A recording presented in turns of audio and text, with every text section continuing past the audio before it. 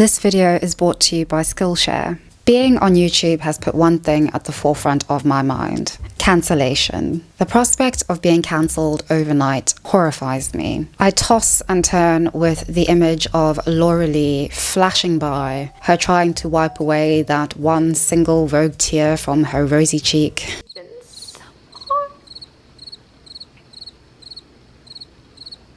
And I can't help wondering if one day my nose ring will result in my having to upload such a video.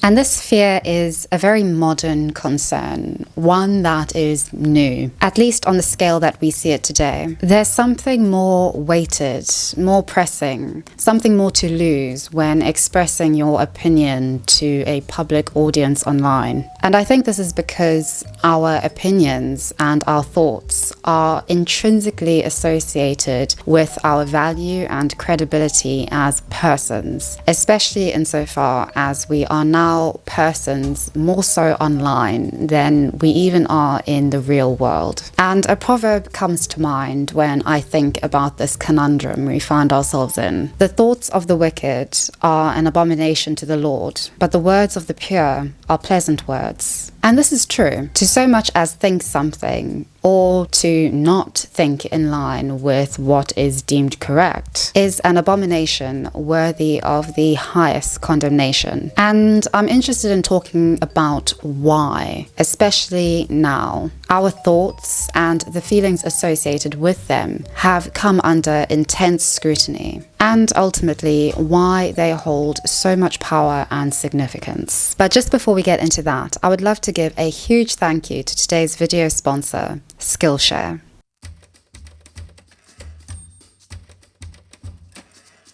Right, so I'm going to start down here. Action! I feel like I need, no, I'm not happy with that. Whenever you're ready. Oh, okay. That person was in it. Have you pressed the red button? Yes. Okay. But have you cut? No. Oh. What's the opposite to cut? Cut. Oh, mischief. Oh. I have no skills as a creative. Nonetheless, I aspire to be one. So Skillshare reached out to me and I was more than happy to work with them because, as you could see, I needed them. Skillshare is an online space designed by and for creatives. As an online learning community, information is actively updated, created and improved, never going stale and never lacking in knowledge creation and exciting new classes. From classes in photography to fine art to film and video and web development, Skillshare has everything that you could possibly need in order to get started on your creative journey. Since using Skillshare, I've been watching tutorials by filmmakers John Anderson and Adi Singh in order to not only improve my camera quality, but to also appreciate the full potential of my camera. Look at this lighting. It's all just going so quickly. The quality of this is just amazing. You know, my hand's moving and it's all, I didn't even know my camera could do this. It's absolutely phenomenal. New York, London, Paris, Munich, everybody's talking about pop music, talk about.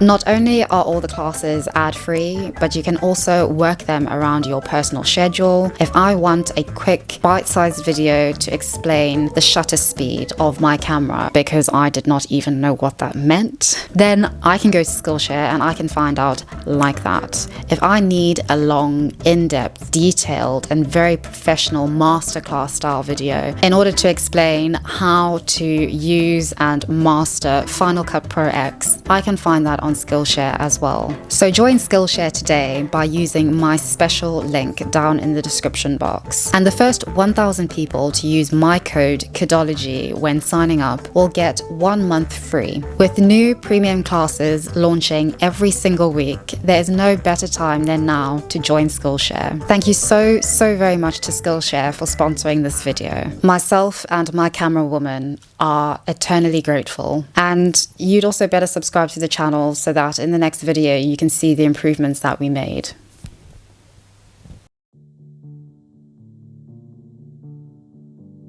So this video was inspired by a comment I received on a video in which I made reference to the Northern Irish A-list actor Liam Neeson. If Liam Neeson came right now and he stood in my room, like, you know, looking as fine as Liam Neeson does, and offered himself to me, I would probably run all the way to Ireland. You probably know him from his infamous action-packed thriller films. They typically follow a rogue, antisocial widower or divorcee. He is either a former spy, intelligence agent, or miraculously skilled in hunting down morally corrupt mobsters and criminals in retribution. His escapades will always somehow come in full circle, concluding in a cathartic return to law and order, and the one and only smile Liam's protagonist is permitted to give throughout his torturous odyssey occurring in the final 3 minutes of the film. If he isn't ridding the world of the lowest of the low, he is basically the Caucasian equivalent of Morgan Freeman. He will portray God.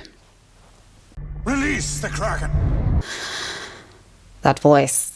But if you want to see this incredibly talented and diverse actor at his absolute best, then I highly recommend going once again to my description box and looking at some of the films that I really think show him at his greatest. But this comment I received regarding my reference to Liam really piqued my interest. Why use Liam Neeson as an example?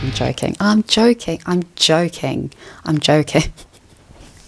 But let's be well-mannered and English about this. Why use Liam Neeson as an example of an attractive person you should want to get with? It wasn't long ago he came out with anti-black thoughts and behaviors about trying to hunt down random black people in the street as revenge. I know you said you forget you are black, but sheesh. Sheesh. I like that. If I was into merch, I think I would put sheesh on a shirt. Now, what this comment refers to is a very interesting occurrence that happened in 2019 and also really leads me to think about an interesting point of discussion. So in 2019, Liam Neeson did what any public relations team would call a hefty blunder that no celebrity, bar A-listers, would probably get beyond. Giving an interview to The Independent promoting his then latest film titled Cold Pursuit, Liam made a very raw and controversial confession. I'm not going to use any names, but I was away and I came back and she told me she had been, but she handled the situation of the in the most extraordinary way. But my immediate reaction was, I asked, did she know who it was? No. What colour were they? She said it was a black person. I went up and down areas with a cosh, hoping I'd be approached by somebody. I'm ashamed to say that. And I did it for maybe a week, hoping some black would come out of a pub and have a go at me about something, you know, so that I could. And it took me a week, maybe a week and a half to kind of go for that. And she said to me, where are you going? I said, I'm just going out for a walk, you know. She said, what's wrong? No, nothing's wrong, fine. And it was horrible when I think back, but I did that. And I've never admitted that to it. I'm saying it to a journalist, God forbid. Holy shit. It's awful. But I did learn a lesson from it when I eventually thought, what the fuck are you doing, you know? And I come from a society, I grew up in Northern Ireland in the Troubles, and I knew a couple of guys that were strike, and I had acquaintances that were very caught up in the Troubles. And I understand that need for revenge, but it just leads to more revenge and more and more. His confession related to his understanding of his protagonist having this primal instinct to enact revenge after the demise of his son. Immediate cancellation ensued from that point onward. But Liam recovered, as he is pretty much known as being quite a blunt and honest interviewee. He has been described by one Guardian writer as exhibiting a frankness rare among A-listers for his remarks about the hashtag #MeToo movement, and in 2014 for asserting that we all racially profile. It's a horrible thing to admit to, but we all do it. I know I do. And this really begs the following question. Does the fact that Liam thought about ending the life of some black man in the 1970s and 80s warrant him being cancelled now, when, as many of his supporters at the time argued, he has clearly moved on from such a mindset? He's clearly grown. And importantly, he didn't actually enact his thoughts in the real world. Does the potential criminality and prejudice of his thoughts, publicly confessed, warrant outcry, forgiveness, or indifference? Now, this comment infers things that I take a bit of, I wouldn't say issue with, but was a bit by. Although, in trying to understand the individual who wrote them, I would say that it is fairly characteristic of our age, and I can definitely see how I am in the minority on this. For one, the assumption is made that I, or even you, have control over the rationality of our thoughts. And this was implied by the fact that I ought to have control over who I am attracted to, insofar as the word should is used. Now, I find Liam Neeson to be an incredibly attractive man. He looks like a macho Neanderthal carved from wood with a chisel and hammer, and that is what it is. Physical attraction is highly irrational, which is why, in retrospect and on reflection, we often cringe at what physical attraction has led us to do and to think. We judge based on appearance, and logically, this isn't a good thing to do, considering how we all know that judging a book by its cover does not correspond well when choosing a life partner or a best friend. But this is what we do. And even more so, increasingly, as our lives are more focused online than in the real world. Our primary source of access to other people is increasingly becoming that of their online personality. And what is an online personality? It is what you make it. That is the essence of the metaverse. The basic story of technology in our lifetimes is how it's given us the power to express ourselves and experience the world with ever greater richness. That's what we mean by an embodied internet. Instead of looking at a screen, you're going to be in these experiences. Everything we do online today, connecting socially, entertainment, games, work, is going to be more natural and vivid. This isn't about spending more time on screens. It's about making the time that we already spend better. Screens just can't convey the full range of human expression and connection. They can't deliver that deep feeling of presence. But the next version of the internet can. That's what we should be working towards. Technology that's built around people and how we actually experience the world and interact with each other. That's what the metaverse is all about. There is this idea in tech Silicon Valley that your online presence is more real and more genuine, authentic a representation of who you are than your actual physical, mortal, decaying body. And this is very appealing, but it is, as we see time and time again, just in our own real life and worldly in-time experience, characterized by appearance being front and center. It is unfair, but it is reality. And I do think it is understandable why we think it possible to extend rational arguments and our enlightened thought into areas of society and into areas of life which are pretty immune to reason. The highly rational nature of modern society makes it appear possible to rationalize not only features of society itself, but increasingly aspects of our very psychology, our emotions, our thoughts. Why use Liam Neeson as an example of an attractive person you should want to get with? Infers that it is possible for such irrationality to be rationalized, for such an emotive and involuntary chemical reaction within me to be rectified via reason. Sound judgment seemingly would have it that I should not and ought not to be attracted to Liam. And this imperative statement implies that I ought not to find Liam attractive or suggest that he is a person of attraction that one should want to get with because of the things which he has thought and has expressed publicly. Things that have absolutely nothing to do with what I find attractive in and of him, namely his appearance. I am so terribly sorry to be a disappointing cellular mass of genitalia and hormones, but it is what it is. First impressions are always superficial, and curated impressions, such as those of celebrities, of influencers, of YouTubers, of online dating profiles, are just as superficially produced and received. A lot of controversy online revolves around this seeming ability or inability of individuals to hold what is deemed to be the right thoughts about all variety of modern considerations. Most of this controversy is argued from a place of feeling, impassioned emotion, fervent sincerity, or mere self-interest. Throughout history, being on the right side of history is not only an understandable position to take, but also, no doubt, is the most profitable position to take. And I guess I'm interested in why our thoughts hold so much significance today.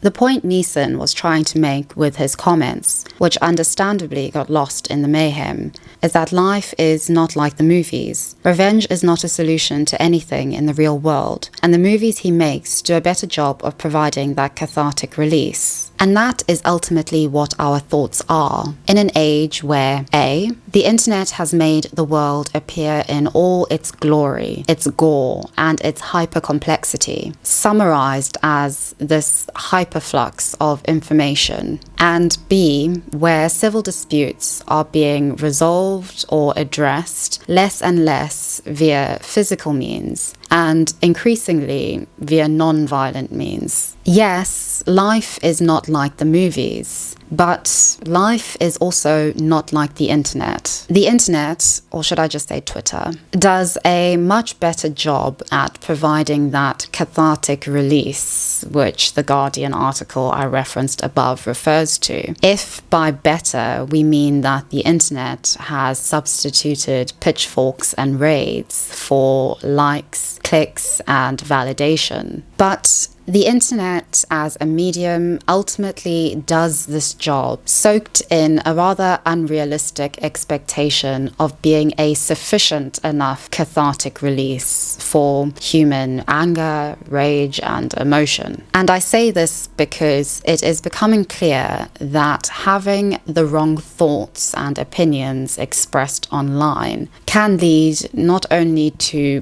detrimental but seemingly criminal outcomes. Criminal in the sense of being judged as criminal by the court of public opinion. And this does make sense to me. Our capacity for violence is being looked down upon more and more so as we increasingly become more invested in modern society and what it offers. And this is just my little 2-cent hypothesis, if you will. But I think that a lot of this has to do with the psychological effects of mutual assured destruction and its microcosmic equivalent. The fact that modern humankind has so much more to lose if and when violence is resorted to, insofar as firstly, we are living a lot longer than we ever have before. Secondly, we are far more invested in enlightened thought and in the venture of realizing our full capacity as rational, reasoning, and logical creatures. And thirdly, as we have become more socially agnostic and atheistic, we have inevitably, as a modern society and very generic generic terms, become more fearful and more incapable of dealing with death. And I think the consequences of the Cold War, especially of MAD, has a lot to do with this on a indirect psychological level, especially insofar as it very much influenced millennials and boomers and how they thought about the world, and inevitably how it is instilled in us. The notion of the apocalypse, insofar as climate change is concerned, is very much attached to this, I would argue. The trade-off is that as modern societies have become more powerful, there has been an inevitable stalemate between the most powerful, and the only threats really posed are those by ideological or fundamentalist groups and countries where there is such a mythical conception of the future and of an ideal utopian society that the prospect of death is not something that is feared or even a concern. It is enough to die for your cause, to die for your country. I won't name any specific countries, but I'm sure you know what I mean. And we can see this also as increasingly criminality moves from the physical real world onto and into the virtual space. Contemporarily, the vast majority of us just want to live well. We want to find love in a select group of people or a community, and we want to make money in pursuit of living well and in pursuit of activities and things that distract us convincingly enough from our mortality. And as we have become more modern, this has become more realizable for more and more people. With civil disputes no longer having a direct correlation and link to physical violence or to expressions of discontent, the internet has incidentally filled a void. And it has been filling this role diligently. As the real world has become more globalized, more complex, and more multicultural, or on the flip side, has become less local, less homogenous, and less predictable, the internet has served to provide a haven of sorts. Identities and communities can be crafted and respected with greater vigilance than they would be beyond the internet. Minorities and minority opinions are not only represented on the internet, but I would argue are overrepresented by mere fact of how the internet is. As a domain, the internet is universally accommodating, and it is also anarchical. Social media and the internet have made it possible to what I would call virtually localize. But unavoidably, what comes with this is all the baggage of local life which we find in the real world.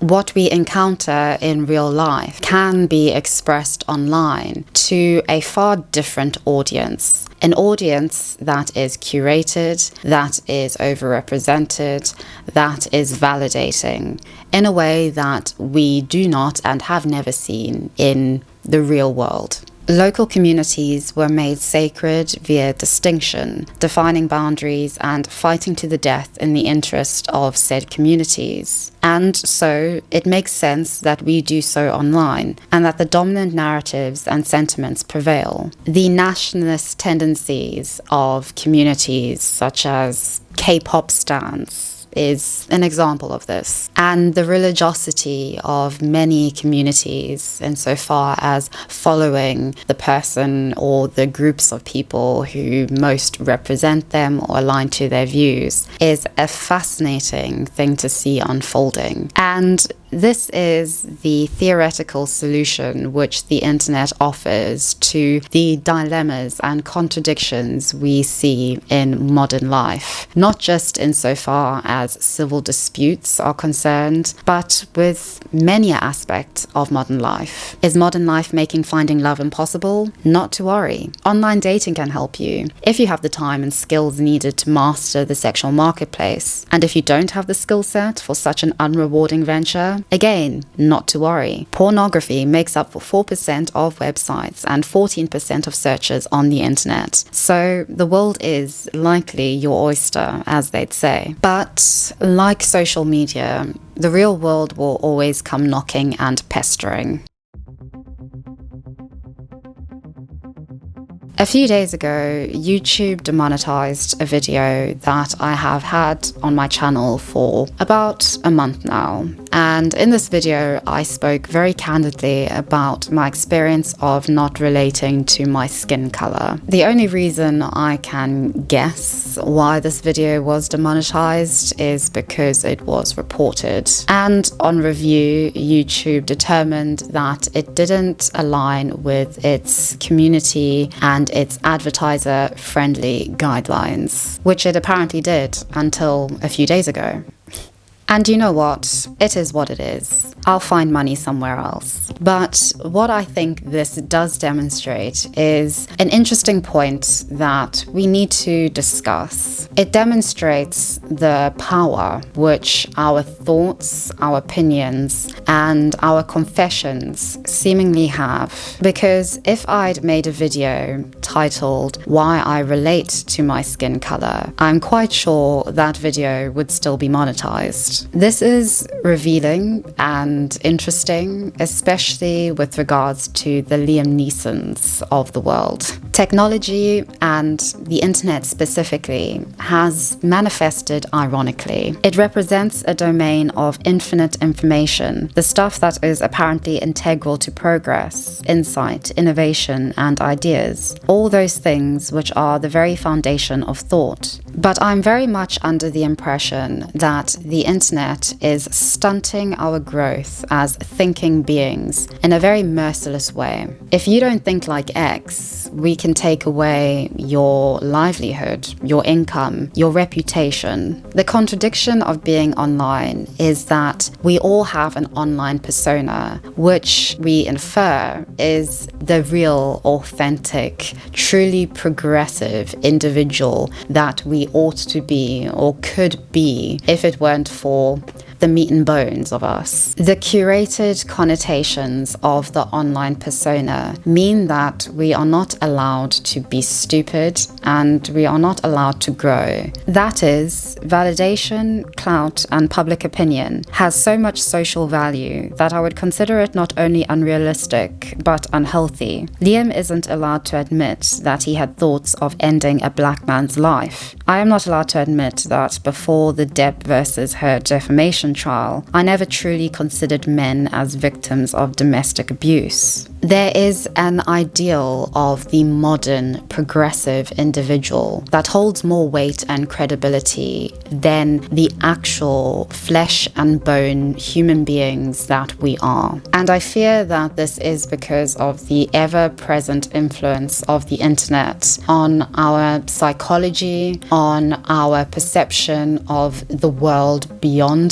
the internet, and its predominance in our minds. This technology, which permits us to not only construct, but to reconstruct ourselves into an ideal, which, thanks to the Mark Zuckerbergs of this world, is considered more of reality than our biological, our mortal, our decaying bodies and constantly evolving mental capacities, confined by time and space. The notion of the self, which is shown to us via a streaming service or a YouTube clip, in any way digressing from this reconstructed ideal, edited and curated in order to either make money or to garner validation of strangers, seems almost regressive. And this is because we are inclined to associate the internet and technology with ideas of progress and futuristic descriptors. The idea of the internet, which is the medium for expression of discontentedness, of civil disputes, in any way being bad or misrepresentative of reality, is never truly considered. It does not feature feature as being a possible explanation for why we get so emotionally invested in the lives, the opinions of strangers. In the real world and throughout history, confession has typically been associated with attempts to forgive. Online, however, that is nigh impossible. What is never questioned is the psychological impact of the internet and its ability to reconstruct reality in the image of whatever the most prominent voices in whatever a community, on whatever a platform has successfully standardized. This is all well and good, but what isn't is an unwillingness to question our highly technologically charged and distorted response to such raw displays of human error in judgment, vulnerability, or honesty. Think what you will about Liam Neeson, think what you will about myself or anybody whom you do not agree with online. I definitely do not agree with 99.9% of what I read on the internet. But importantly, the internet must not be a substitute for reality. And I think we have a long way to go in terms of being able to distinguish between the two and in being able to recognize human beings as incredibly flawed and also as not being on the level of reason which we like to think. Humans and the human experience is pretty fucking scary. So let's talk about it.